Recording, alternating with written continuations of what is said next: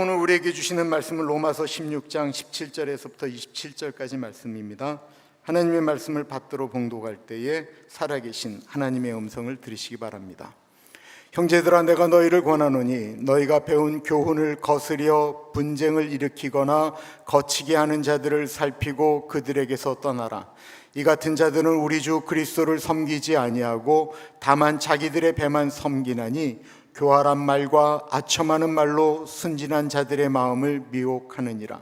너희의 순종함이 모든 사람에게 들리는지라. 그러므로 내가 너희로 말미암아 기뻐하노니 너희가 선한데 지혜롭고 악한데 미련하기를 원하노라. 평강의 하나님께서 속히 사탄을 너희 발 아래에서 상하게 하시리라. 우리 주 예수의 은혜가 너희에게 있을지어다. 나의 동역자 디모데와 나의 친척 누기오와 야손과 소시바더가 너희에게 문안하느니라. 이 편지를 기록하는 나 더디오도 주 안에서 너희에게 문안하노라. 나와 온 교회를 돌보아주는 가이오도 너희에게 문안하고 이성의 재무관 에라스도와 형제 구아도도 너희에게 문안하느니라. 나의 복음과 예수 그리스도를 전파함은 영세전부터 감추어졌다가 이제는 나타내신 바 되었으며 영원하신 하나님의 명을 따라 선지자들의 글로 말미암아 모든 민족이 믿어 순종하게 하시려고 알게 하신 바 그 신비의 계시를 따라 된 것이니 이 복음으로 너희를 능히 견고하게 하실 지혜로우신 하나님께 예수 그리스도로 말미암아 영광이 세세 무궁하도록 있을지어다. 아멘.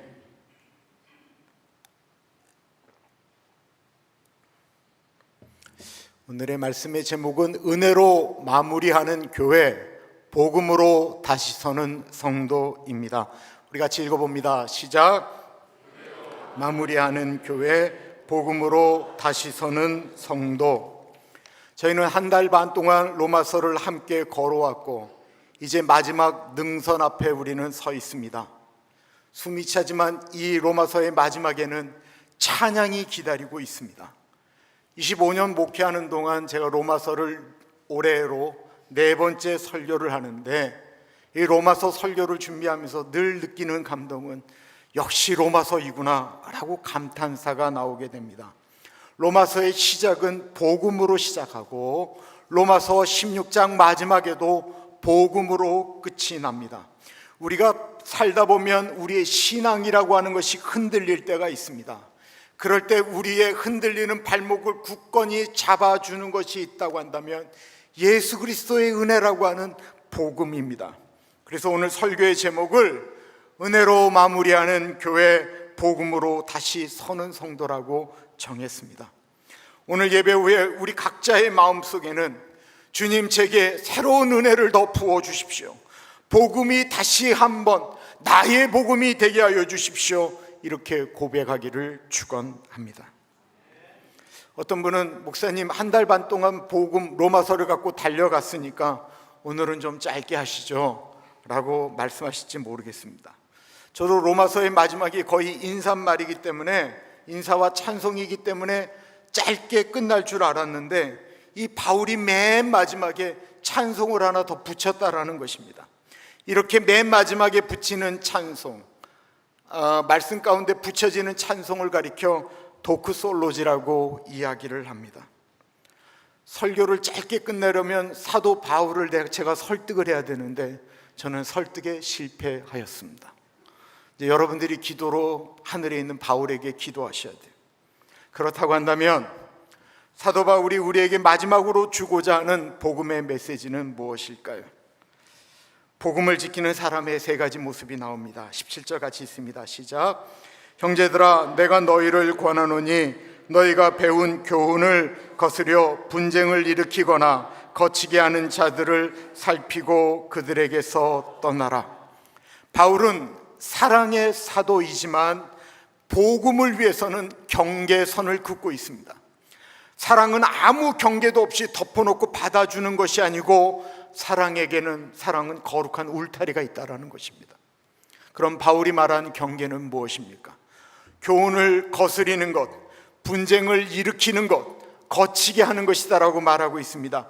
교훈을 거스리는 것, 복음의 핵심을 벗어나서 자신의 생각이나 감정이나 경험을 가지고 복음보다 앞세우는 것을 이야기하는 것입니다. 분쟁을 일으키는 것은 평화보다 자신의 의견을 주장함으로써 교회의 분란을 일으키는 것이죠. 거치게 하는 것, 다른 사람이 신앙생활을 하는데 그가 걸려 넘어지도록 만드는 것을 의미하고 있는 것입니다. 이에 대해서 사도 바울이 처방을 내리는데 아주 단호하게 내립니다. 그것은 살피고 떠나라는 것입니다. 살핀다라고 하는 것은 그 사람의 모습을 보면서 분별하라라는 것이고, 떠남은 단절을 의미하는 것입니다. 사랑이 없는 단절은 냉정하지만 진리를 잃지 않기 위한 경계는 또 다른 사랑의 형태입니다. 복음을 위해서 그 사람과 거리를 두는 것은 그 사람을 미워하는 것이 아니고 복음을 보호하는 거예요. 믿음은 약한 자를 품어야 되죠. 믿음이 약한 사람을 우리는 분명히 품어야 됩니다. 그러나 복음을 거스리는 자는 우리는 분별해야 합니다. 그러므로 바울이 말한 그런 자들에게서 떠나라 라고 하는 것은 미움이 아니고 복음을 지키기 위한 울타리이고, 교회의 사랑이라고 말하는 것은 경계 없이 모든 것을 허용하는 것이 아니라 진리를 붙드는 거룩한 선택이어야만 합니다. 왜 이렇게까지 해야 되는 것일까요? 18절 같이 읽습니다. 시작. 이 같은 자들은 우리 주 그리스도를 섬기지 아니하고 다만 자기들의 배만 섬기나니 교활한 말과 아첨하는 말로 순진한 자들의 마음을 미혹하느니라. 그들은 그리스도를 섬긴다라고 했지만 실제로 그들이 원하는 것은 자신의 배, 즉 속 안에 있는 욕망이었다라는 것입니다. 자신의 욕망, 자신의 책면, 자신을 인정받고 싶어하는 욕구를 말하고 있는 거예요. 교회에서 복음과 상관없이 분쟁을 일으키고 자기의 의견을 주장하는 사람들의 모습 속에는 진리 대신 예수 그리스도의 십자가가 아닌 자기 내면 안에 있는 계산이 들어가 있다는 것입니다. 이게 우리 교회를 위한 것이고 구원을 위한 것이고 거룩을 위한 것이라고 아무리 말을 한다고 할지라도 그 내면 깊숙한 곳에는 자기의 것을 드러내고 싶은 욕망이 있다는 것입니다. 교회에서 일어나고 있는 분쟁은 뿌리가 달라서 일어나는 것이 아닙니다. 동기가 다르기 때문에 그런 거예요. 그러므로 오늘 우리는 우리의 신앙을 좀 점검해 보아야 합니다. 교회에서 나는 주님을 섬기는가? 아니면 나는 주님을 이용하고 있는가? 교회에서 나는 예수 그리스도의 이름이 하늘 위에 온 땅에 높여지도록 그 이름을 높이고 있는가? 아니면 나는 내 자신을 드러내기를 원하고 있는가? 근데 이게 우리가 인간이기 때문에 늘 넘어지기 쉬운 일입니다. 그럼 우리는 어떻게 하면 이런 것에서 벗어나기 위해서 내 자신을 점검할 수 있는 것일까요? 우리 같이 19절 같이 읽습니다. 시작. 너희의 순종함이 모든 사람에게 들리는지라. 그러므로 내가 너희로 말미암아 기뻐하노니 너희가 선한데 지혜롭고 악한데 미련하기를 원하노라. 바울은 여기서 분별하는 방향성을 우리에게 제시하고 있습니다. 그것은 선을 행하는 일에는 우리가 지혜롭고 악을 행하는 일에는 우리가 제발 미련하라라는 것입니다. 방향을 이야기하고 있는 거예요. 우리 삶을 올바르게 살아가는 것은 우리 삶에 요령이 있는 게 아니고 꿰미 있는 게 아니고 방향이 문제라는 것입니다. 선을 위해 나아가는 지혜, 저를 어떻게 하면 도울 수 있을까? 저를 어떻게 하면 위로할 수 있을까? 어떻게 하면 저를 위하여 중보기도 할 수 있을까? 악에 대해서는 미련한 것, 죄에 대해서 기민한 것이 아니고 죄 앞에서는 서툴기 때문에, 죄가 익숙하지 않기 때문에 죄 짓는 것이 내 안에 거부 반응이 일어나는 것. 이게 근데 우리의 삶 가운데 얼마나 쉽게 일어납니까?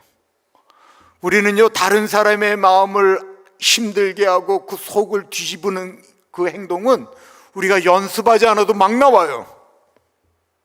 그런 의도가 아니라고 얘기하는데도 그 사람의 속은 이미 다 뒤집어 놓는데 우리가 얼마나 빨리 잘하는지 몰라요. 그런데 그 사람을 세우고 그 사람을 온전하게 만드는 데는 우리가 얼마나 애쓰고 노력하고 내 자신을 내려놓아야 되는지 모르겠습니다. 이건 훈련과 준비가 필요하다는 것입니다. 그런데 우리가 애쓰고 노력한다고 해서 세상이 바뀌느냐? 금방 바뀌지도 않습니다. 그러나 우리가 그렇게 끊임없이 선한 데 지혜롭기 위하여 애쓰면 그 일은 하나님께서 싸우시고 하나님께서 이루고 신다라고 하는 믿음이 있기 때문에 우리는 악에 미련하고 선 앞에 설 수 있습니다. 그래서 바울이 곧이어 말을 합니다. 평강의 하나님이 싸우신다라는 것입니다. 20절 같이 읽습니다. 시작. 평강의 하나님께서 속히 사탄을 너희 발 아래에서 상하게 하시리라. 우리 주 예수의 은혜가 너희에게 있을지어다. 20절에 보면 평화를 주시는 하나님께서 사탄을 너희 발 아래 상하게 하신다라는 거예요. 즉 싸움의 주체가 우리 같은데 우리가 아니고 하나님이시다라는 거예요. 그것은 속히라고 하는 단어를 쓰고 있습니다. 속히라고 하는 것은 조급함을 말하는 것이 아니고 승리의 확실성을 우리에게 말씀하고 있는 거예요. 우리가 선을 행하는데 지혜로우면 우리는 너무 힘들고 어려운 것 같은데 하나님이 그 문제를 갖고 싸우신다라는 거고 속히 그 일은 이루어 주신다라는 거예요. 하나님의 시간에서.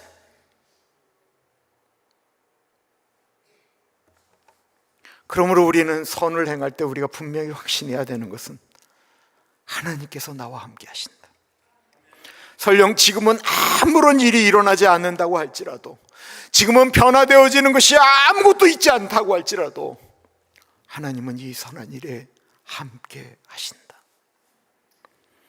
그리고 그 하나님께서 사탄을 우리 발 앞에 속히 무릎 꿇게 하신다라고 말씀하신 그 다음에 언제나 은혜가 있다라는 것입니다. 예수 그리스도의 은혜를 말하고 있습니다. 그러므로 우리가 주님 안에서 승리한다라고 하는 것은 누구를 눌러 내 발밑에 둔다라고 하는 것이 아니고, 우리가 승리했다라고 하는 건 주님이 주시는 은혜가 우리 안에 들어오는 것을 의미하는 거예요. 은혜가 없는 승리는 교만이 되고, 은혜가 있는 승리는 감사가 됩니다. 우리가 아무리 신앙생활을 해도 예수 그리스도에 대한 은혜를 잃어버리면, 진리보다 감정이 앞서 버리게 되면 아까 말했던 그 사람들처럼 하나님의 이름을 높이는 게 아니고 내 배를 채우는데 신앙생활을 할 수 있다는 것입니다. 그리고 그것이 익숙해지면 나도 모르는 사이에 선을 행하는 데 지혜를 쓰는 것이 아니고 악을 행하는 데 내가 사용되어진다는 것입니다. 나는 그런 의도는 아니었지만 얼마나 그 일 때문에 교회 안에 분란이 일어나고 아픔이 일어납니까? 한국에 있는 말 중에 가장 인심이 후한 건 뭐냐면 술, 담배라고 이야기합니다. 한국 남자들은 술, 담배에 엄청나게 후합니다. 왜 그럴까요? 좋은 것을 주는 건 어려운데 나쁜 것을 주는 게 너무 쉽기 때문에 그래요. 죄가 그래요. 미혹도 그래요. 죄를 주는 거는 아주 쉬운데, 그리고 쉬운 거를 받는 것, 죄를 받는 건 너무나도 달콤합니다. 근데 죄를 받고 남는 게 뭐죠? 상처가 남고요, 허무가 남습니다. 그렇다면 은혜 안에 있으면 어떻게 될까요?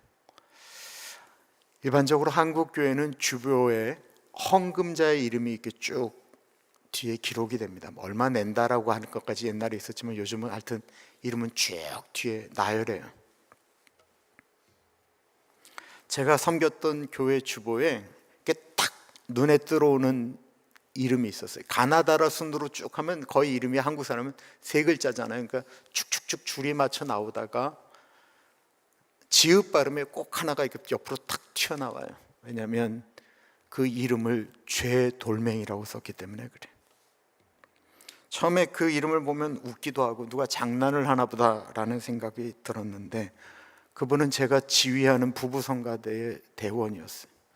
이 비즈니스를 하는데 등치도 크고 잘생기셨어요. 비즈니스를 하면서 늘 돈을 술집에다 뿌리는 거예요. 내 여자가 아닌 남의 여자한테 늘 돈을 뿌리는 남자예요. 부부성가대를 출하고도 나오시는데, 이분이 부부성가대 지휘 그 수련회만 가면 그분 버스 그 승용차 뒤에는 늘 소주가 한 박스가 들어 있었어요. 밤에만 끝나면 마음에 맞는 사람들을 몰래 데리고 나가서 그냥 밤새도록 술을 드시는 분이에요. 근데 그러면서도 교회를 떠나지 않으셨어요. 그 교회를 떠나지 않는 게 은혜죠, 그죠? 그리고 조금씩 변화돼서 내가 수련회 갈 때 집사님 요번엔 좀 한 박스 안 가져가시면 안 돼? 알았어요 전도사님, 제가 요번에 딱 한 명만, 뭐 이러셨어요. 근데 그분의 변화가 어디서 나타나냐면 그 여자 집사님의 얼굴에서 그 변화를 느낄 수가 있었어요. 그리고 어느 순간부터 이분이 헌금을 내실 때 자기의 이름을 죄돌멩이라고 하셨어요. 완벽하게 바뀐 건 아니었지만 방향이 바뀐 거죠. 은혜는 소리 없이 그러나 분명하게 사람을 바꿉니다. 배우자의 결점이 크게 보일 때 이렇게 해보십시오. 오늘은 악한 것, 연약한 것 보지 않고 내가 선한데 나의 지혜를 좀 써보겠다. 그리고 상대방의 싫은 것, 단점, 약점, 그게 아니고 선으로 내가 이겨보겠다라고 지혜를 쓰는 거예요. 오늘 당신 참 수고했다고, 참 잘했다고, 나 같은 사람하고 살아줘서 정말로 고맙다고. 이 문장 하나가 집안의 공기를, 교회의 공기를 바꾸는 겁니다.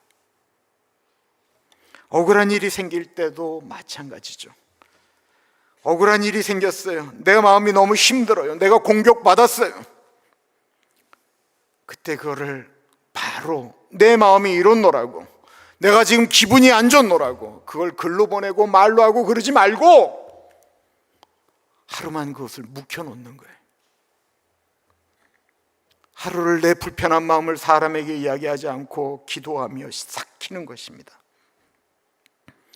그 하루가 지나면 감정이 아니고 하나님이 주시는 지혜와 은혜가 있지요. 이것이 바로 악에는 둔감하고 선에는 지혜로운 것입니다. 그리고 이 훈련은 단지 좋은 성품을 만드는 것이 아니고요, 복음의 사람이 되게 만드는 것입니다.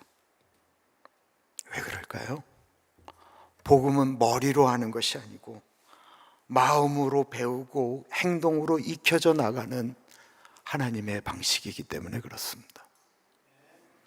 은혜는 거창한 사건으로 오지 않습니다.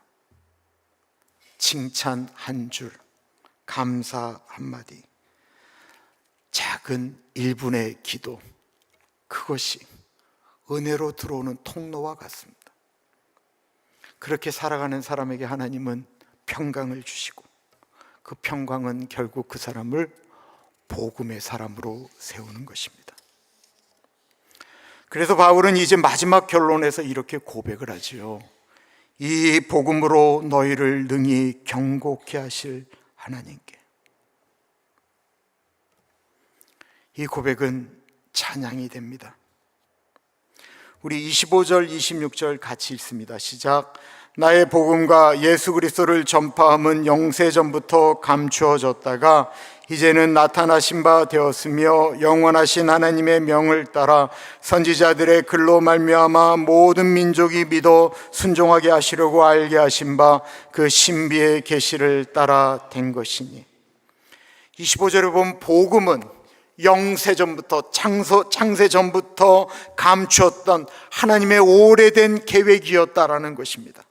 그리고 그 복음의 목적이 26절에 모든 민족이 믿어 순종하게 하신다라고 하셨습니다. 즉 복음을 받는 사람들의 모습은 믿는 것으로 끝나는 것이 아니고 하나님의 말씀을 순종하는 것입니다. 율법에서 자유하지만 은혜를 깨달은 사람들은 하나님의 법에 순종하지요. 이것이 가능할까요? 25절의 말씀을 묵상하면서 저에게 콱 하고 다가온 말씀은 다른 것이 아닌 나의 복음이라는 말이었습니다. 목사의 아들이 제일 힘들 때는 언제냐면 아버지 엄마가 믿는 하나님이 안 믿어지는 거예요. 우리 아버지 어머니 정말 너무 신실하게 사셨기 때문에 그 사는 모습을 보면 분명히 하나님이 살아계신 것 같은데 살아계신 하나님이 나에게는 다가오지를 않는 거예요. 우리 엄마가 울어도 못한대 하면서 눈물을 흘리면서 우시는 것을 보면 예수 그리스도의 십자가 은혜가 분명히 있나 보다 하는데 그 예수님의 십자가 은혜가 나에게는 믿어지지 않는 거예요. 그게 너무너무 힘들었어요. 엄마 아빠의 복음, 장로님의 복음, 권사님의 복음, 부모님의 복음, 나의 복음이 없었어요. 그러던 어느 날 아버지의 복음이 나의 복음이 되었어요. 내 어머니의 예수님이 나의 예수님이 되었어요. 하나님이 나의 하나님 예수 그리스도의 십자가 사건이 나를 향한 복음이 되자 찬송을 부를 때 내 안에서 찬송을 부르는 내 모습이 달라지기 시작했고 찬송의 가사 하나하나가 저의 간증처럼 다가오기 시작했어요. 이것이 나의 간증이요 이것이 나의 찬송일세 나 사는 동안 끊임없이 구주를 찬송하리로다. 바울은 이제 마지막 결론에서 하나님을 찬양합니다. 이 도크솔로지라고 하는 것, 독사와 로고스라고 하는 말의 합성어인데 하나님께 영광을 돌리는 찬송의 문구를 가리켜 도크솔로지라고 그래요. 바울은 로마서의 모든 것들 논증하고 교리를 이야기하고 우리 예수 믿는 사람들의 행동에 대해서 이야기하면서 마지막으로는 하나님을 향한 예배처럼 나아가고 있다는 것입니다. 우리 같이 한번 읽어보겠습니다. 시작. 지혜로우신 하나님께 예수 그리스도로 말미암아 영광이 세세 무궁하도록 있을지어다. 아멘. 이 복음의 마지막 언어입니다. 복음의 끝에서 터져 나오는 찬양. 저는 이 마지막 부분을 묵상하면서 이런 고백을 하나님께 드렸습니다. 하나님, 이제 우리 가나안 교회 사랑하는 성도들이 다른 사람의 복음이 아닌 나의 복음, 나의 예수님이라고 간증하게 하여 주십시오. 남의 신앙이 아닌, 다른 사람의 찬양이 아닌 하나님 나의 찬양이 되게 하여 주십시오. 그래서 저도 도크솔로지로 이 설교를 마치려고 합니다. 이제 이 시간 다른 사람의 복음이 아닌 예수님이 나의 복음, 나의 구주가 되도록, 그리고 이것이 평생에 우리 교회들의 간증이 되도록 함께 찬양하도록 하겠습니다.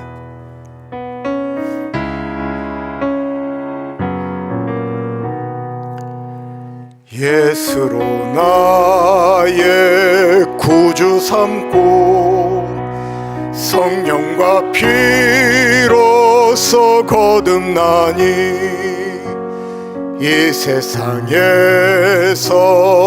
내 영혼이 하늘의 영광 누리로다. 이것이 나의 간증이요, 이것이 나의 찬송일세. 나 사는 동안 끊임없이 구주를 찬송하. 온전히 주께 맡긴네요. 온전히 주께. B코드입니다. 사랑의 음성을 듣는 중에 천사들 왕래하는 것과 하늘의 영광 보리로다. 이것이 나의 간증이요, 이것이 나의 찬송일세. 나 사는 동안 끊임없이 구주를 찬송하. 주 안의 기쁨 누림으로, 주 안의 기쁨 누림으로 마음의 풍랑이 잔잔하니 세상과 나는 간 곳 없고 구속한 주만 보이도다. 이것이 나의 간증이요, 이것이 나의 찬송일세. 나 사는 동안 끊임없이 구주를 찬송하리로다.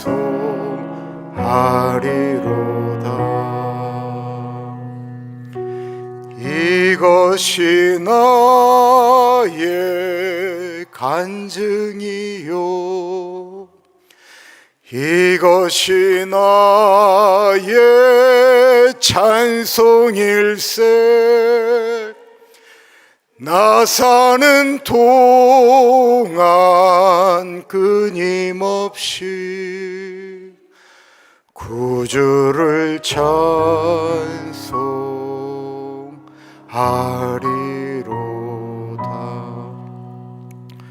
로마서를 끝내는 오늘 우리 같이 하나님께 기도하겠습니다.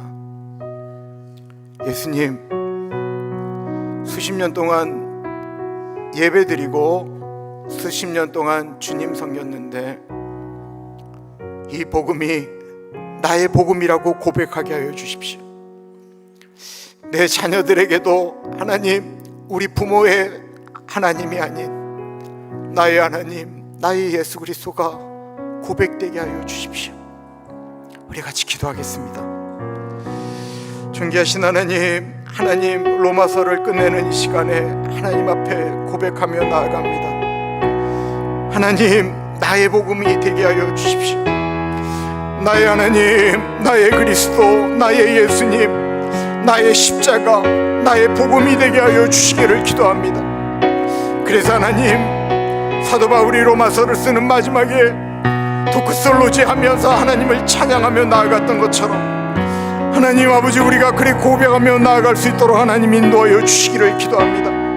하나님, 우리들의 자녀들이, 우리들의 손주들이 나의 하나님, 나의 예수 그리스도를 고백할 수 있도록 하나님 인도하여 주시옵소서. 하나님 아버지, 주님 앞에 서는 그날 하나님, 예수 그리스도의 십자가 은혜로 주님 앞에 섰다고 고백하는 우리들이 되어질 수 있도록 하나님 같이 하여 주시기를 간절히 기도합니다. 주님 도와주시옵소서.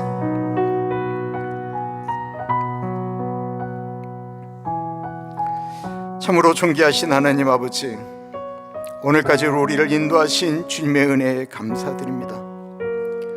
로마서의 마지막 장까지 오게 하신 예수님, 이제 우리의 믿음도, 우리의 교회도, 우리의 자녀들도, 손주들도 우리 주 예수의 은혜 위에 다시 서게 하여 주옵소서.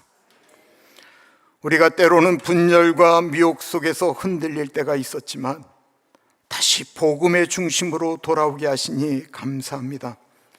악에는 둔감하고 선에는 지혜로운 사람 되게 하시고 말 한마디, 기도 1분, 감사 한 줄로 우리의 인생이 은혜의 통로가 되는 삶을 살게 하여 주옵소서.